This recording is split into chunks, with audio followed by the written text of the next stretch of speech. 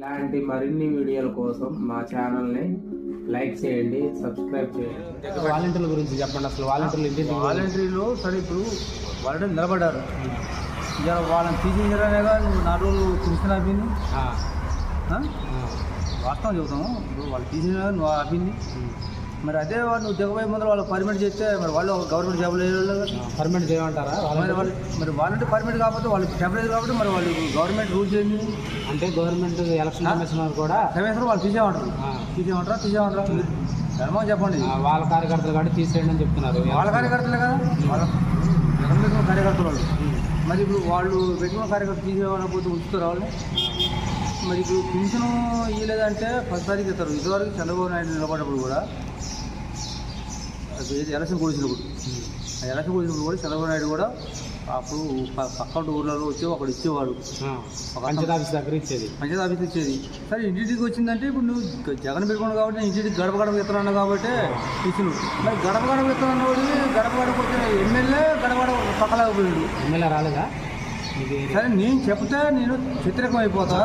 రేపు ఊళ్ళో లోకల్ని కనుక్కోను, అలా కనుక్కొని ఇవాళ ఏదో ఎలక్షన్ వచ్చిందంటే భానుగారు రావడం ఇంకోటి రావడం ఇవన్నీ కష్టం కదా. అంటే ఎలక్షన్ మూమెంట్లో వచ్చారు కానీ రాలేదు. గడప రమ్మని చెబుతూ అన్నాడు. వాళ్ళు వచ్చినప్పుడు నన్ను పిలువు, నేను చెబుతా. ఇవాళ చెప్పడం కాదు, ఈ మాట ఇప్పుడు చెప్పడం కాదు, ఆ రోజే చెబుతా నేను.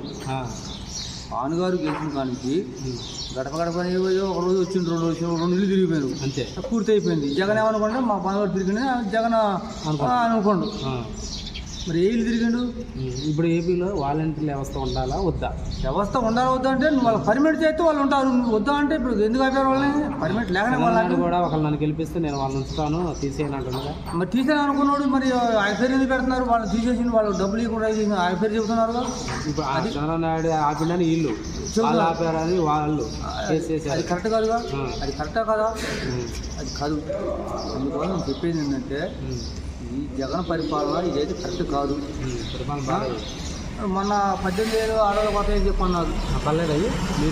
బటన్ ఏదో నొక్కిండి, ఆడ కరెంటు స్విచ్ ఆడకూడదంటే కరెంటు స్విచ్ ఆడుతుందంటే ఆడ నొక్కిండు.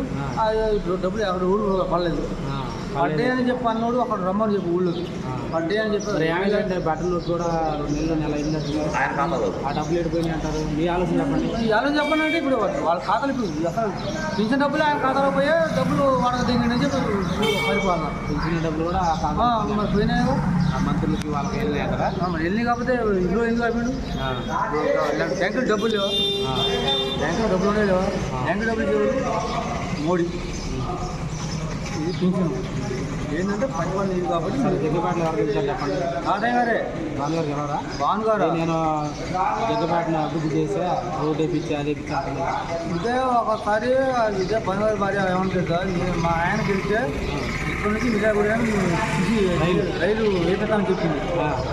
మరి ఆ రోడ్డు ఎడిపోయింది, ఆ రైలు స్టేషన్ పట్టాలు ఎడిపోయినాయి. రమ్మను నేను మాట్లాడతా. ఆ మొంగ అప్పుడు పక్కనే అదే పార్టీ నాది. మరి ఎందుకు మాట్లాడుతున్నా? మీరు ఆ పార్టీ అయితే నాది అదే పార్టీ.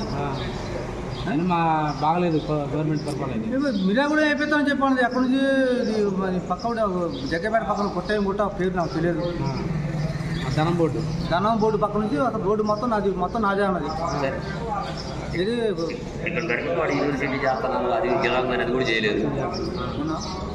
ఇవన్నీ కరెక్ట్ కాదు. మొత్తానికి అయితే మార్పు కోరుకుంటున్నారు ఏపీలో. ఏపీ అయింది. ఏపీలో మాత్రం 99% చంద్రబాబు నాయుడు గెలుతాడు. మరి పవన్ కళ్యాణ్ కలుస్తుండు, మంచిదంటారా ఉపయోగం?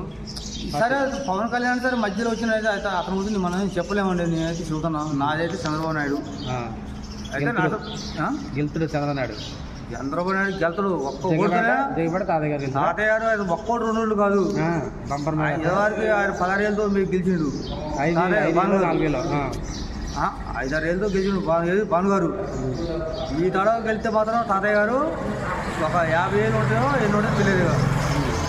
అది ఎన్నో చిత్తు కోసం ఓడిడు కోసం పైన ఎవరికి గెలతాడని చెప్పను. ఇక 99 చంద్రబాబు నాయుడు గెలుతాడు. అది. Thank you sir.